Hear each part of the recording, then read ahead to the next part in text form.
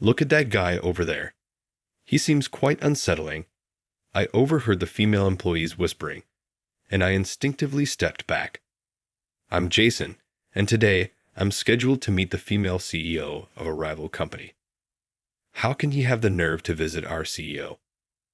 With each step across the office, I could hear the cold murmurs of the female staff, making me wonder if I had done something wrong. But if I hadn't acted then, who knows what would have happened to the CEO of this company? People can complain all they want. I haven't committed any wrongdoing. Repeating this to myself, I found myself standing in front of the CEO's office. It all started a few weeks ago. Our company and Red Rose Incorporated, a rival, decided to collaborate on a product. The company I work for primarily designs and sells shoes for men. While we do have a women's shoe design department, we lag far behind Red Rose Incorporated in terms of quality and popularity. That's when they approached us for a collaboration. Furthermore, the collaborative product idea came directly from the CEO of Red Rose Incorporated. The CEO of the renowned fashion brand, Red Rose Incorporated, had taken a keen interest in a shoe design of mine. She specifically requested that I create a pair of high-heel shoes for their line. This was a new challenge, as my previous work had focused solely on men's footwear. I couldn't help but wonder if I possessed the expertise to design high heels that would captivate and satisfy the discerning tastes of women. Determined to take on this opportunity, I paid a visit to the impressive Red Rose Incorporated headquarters. The building exuded an air of elegance, with its expansive glass walls, gleaming white marble floors, and an aura that felt almost cinematic. As I approached the ground floor, I was greeted by a group of strikingly beautiful receptionists, each radiating a refined and professional demeanor. Hello, and welcome to Red Rose Incorporated. How may I assist you? A friendly voice chimed. Upon introducing myself as Jason, the receptionist responded with a warm smile. Ah, Jason. We've been expecting you. Please follow me. I could hear the distinct click of her high heels on the marble floor as she led the way, surrounded by a sea of stylishly dressed women, all effortlessly carrying themselves with grace and confidence. This workplace seems to have more women than men. Doesn't look too comfortable for us guys, huh? I tried to start a conversation. The receptionist simply nodded in response. I chuckled nervously, thinking that might be the secret behind their success in women's fashion. I've heard Red Rose Incorporated is dominated by female employees, I continued. Yes, our motto is to create an environment where women feel most at ease. I absolutely love working here, she said, beaming brightly. Upon reaching the CEO's office on the top floor, I saw a stunning display of women's footwear in the center. A woman was admiring a pair of those shoes. That's the CEO, Mrs. Mary Johnson. Nice to meet you. Oh, you're already here. She looked surprised when I greeted her, then gave me a warm, endearing smile that made my heart skip a beat. Please, have a seat over here. I'll prepare some tea for us. Thank you, I replied. Urged by the president, I took a seat on the couch. She soon returned, carrying a tray with an elegant tea set. The delightful aroma of the tea was quite captivating, and even with my limited knowledge, I could tell this was no ordinary brew. Here you go. It's minty. I hope you enjoy it, my boss offered. Compared to her, I felt like we were worlds apart as I marveled at the elegance of her gesture. She then presented a sketchbook, revealing the detailed drawing of the shoes I had designed. Intrigued, I asked, "What's this?" She explained that she had been sketching my shoes as part of her research, noting their simple yet comfortable design that could complement any outfit. They may not be flashy, but they're versatile, and that's what I'm aiming for. Shoes that look good on everyone, no matter what they wear, she said, her eyes sparkling with enthusiasm. Feeling encouraged, I may have said something slightly embarrassing, but she responded by firmly grasping my hand. Please design shoes for our company. They don't have to be extravagant, just ones that look good on anyone, she said, her voice brimming with excitement. It's an honor to collaborate with such a talented individual, I mused. However, I still harbored some concerns that I couldn't ignore. I decided to voice my thoughts. Your brand is highly regarded among women for its footwear. I believe you have many gifted designers who understand the needs and desires of your female customers. We certainly have a wealth of talented designers, but their sensibilities don't align with our current direction. They tend to cater to a select group of people, she replied. A select group? I inquired further. They believe that only beautiful women should be able to enjoy fashion. There was a time when I, too, prioritized beauty above all else. But that's not enough. Every woman deserves the opportunity to feel stylish and confident. I recalled the fashionable women I had seen on my way to the president's office and found myself nodding in agreement. When I asked them to create shoes that would fit and flatter any woman, they dismissed the idea, saying it's the fault of those who don't make an effort to look their best. That's a rather harsh stance. I responded, feeling somewhat sympathetic towards the CEO's predicament. Regardless of one's appearance, making such a statement can be off-putting. So, what made you choose me? I inquired. Your shoes are wonderful.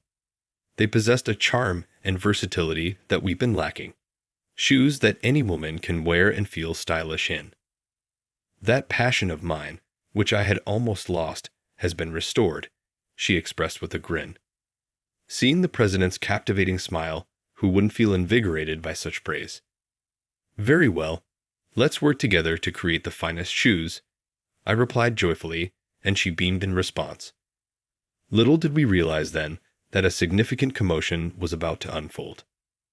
A few days later, I visited the Red Rose for another meeting with Mary. It's me, Jason. Upon reaching her office and knocking on the door, I sensed something was amiss. Typically, Mary would greet me enthusiastically, but there was no response. Excuse me, I'm coming in, I said, feeling uneasy.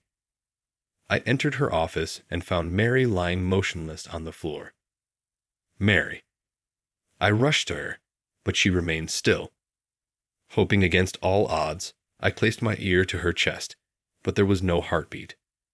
I felt the blood drain from my face. My hands were trembling, but I recalled the AED training I had received during a certification course and promptly contacted the secretary's desk. Mary's collapsed.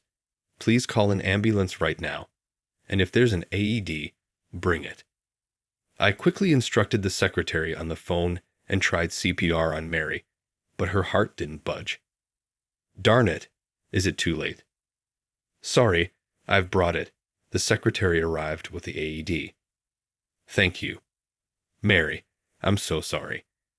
As I lifted Mary's clothing to attach the AED, the secretary nearby exclaimed, "Oh my," and covered her face with her hands, blushing deeply.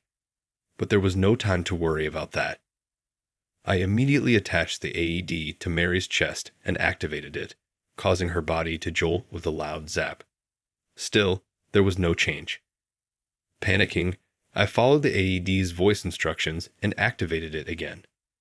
After another loud jolt, Mary started breathing with difficulty. Mary, are you okay? Please don't move. After confirming her breathing, I gently covered her with my coat. Just as I was about to ask the anxious secretary if the ambulance was on its way, I heard sirens. Can you show the paramedics in when they arrive?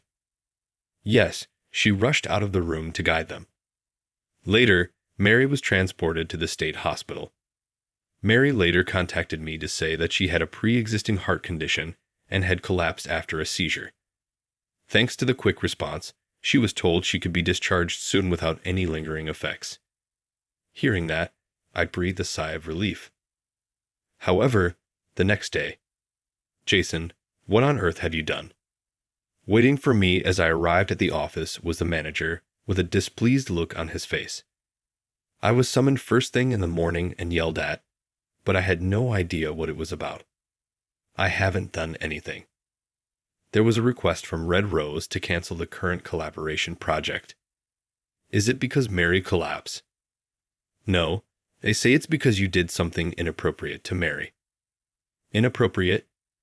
Hearing that made me think of the previous day's event. I had indeed lifted Mary's shirt to use the AED, but that was to save Mary's life. I didn't do it with any guilty conscience. So, I hear you lifted Mary's shirt to use the AED. They're suggesting you might have done that just because you wanted to. That's outrageous. Anyway, Mary needs to rest now. Reflect deeply on this and stay away from Red Rose. I was so frustrated I clenched my back teeth. Mary and I had gone through numerous meetings over the past few weeks, tweaking the design I came up with. To think it was all for nothing. Please, I'll do anything to avoid canceling this collaboration. Can't you help me convince them? I bowed my head, hoping at least to clear up the misunderstanding, and the manager let out a big sigh. What are you talking about? Even if the AED incident hadn't happened, the collaboration couldn't go on after Mary collapsed. This project needs her personal supervision. But Mary's direction is already reflected at this point. If I take the lead, understanding her will and the purpose of the collaboration, I can see it through. I remembered how she smiled when she saw my design drawings.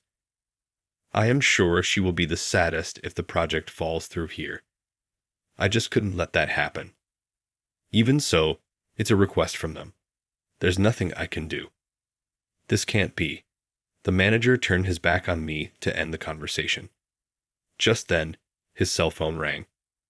Who could that be at this time? Is it Mary? He stood up with a loud noise, taking the call in a flustered manner. Yes. So the project will continue? Correct. Understood. I nervously paced, overhearing the conversation and seeing the manager nodding profusely on the phone. When he finished the call, he turned to me with a beaming smile. It seems there was a misunderstanding. Mary just called to say the collaboration will continue. Good for you. Really? I was so relieved by the manager's words that I lost strength in my legs and sat down right there. But is Mary really okay? And how did this misunderstanding happen? A wave of anxiety swept over me. Looks like we'll be resuming our meetings tomorrow. Can you make it to Red Rose? Yes. Despite a touch of unease, I was thrilled that the project was back on track. The next day, I arrived at the CEO's office as usual. I'm glad you could make it. I'm really sorry for the trouble I've caused. I had no idea my chronic condition would flare up like that. Relieved to see you're unharmed, I entered the CEO's office as usual. Mary promptly apologized, though I felt it should have been the other way around. Despite the emergency, my actions had caused her distress. I'm deeply sorry about the incident, I said. Some employees were evidently unsettled by it. Mary's response surprised me. She seemed angry, not relieved. Upset because you saved me, she retorted, then abruptly left to summon everyone to the hall. Her typically poised demeanor had vanished. I'll be back shortly, she said, departing with a look of regret. Months passed, and we achieved our goal. We successfully created a prototype for the high heels we had been working on.